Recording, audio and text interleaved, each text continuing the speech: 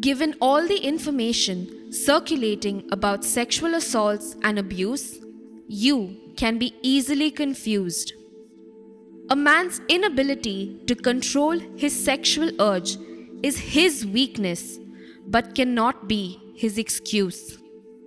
How often have we been told it's because of the clothes we wear, the places we go, the people we meet, or the things we do? You may even sometimes hear people say that women who are assaulted deserve it. People who wait to take advantage of us, who create and orchestrate situations which allow them to commit their crimes. They violate our body and our self-esteem with their assaults.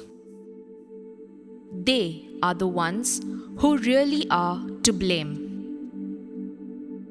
Sexual assault is any form of sexual contact forced upon you without your consent. You can be assaulted by someone you know. It can be your partner, friend, family, or colleague.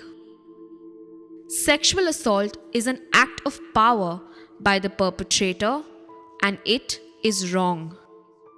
When you are assaulted, remember you have little or no ability to control the situation.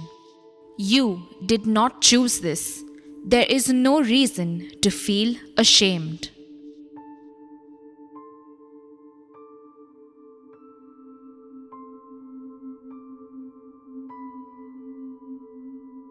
Sex offenders and sexual predators come from all walks of life and from all socio-economic groups.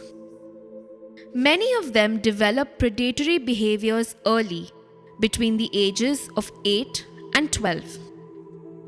To get away with their actions, they have to groom people to make sure they like and support them.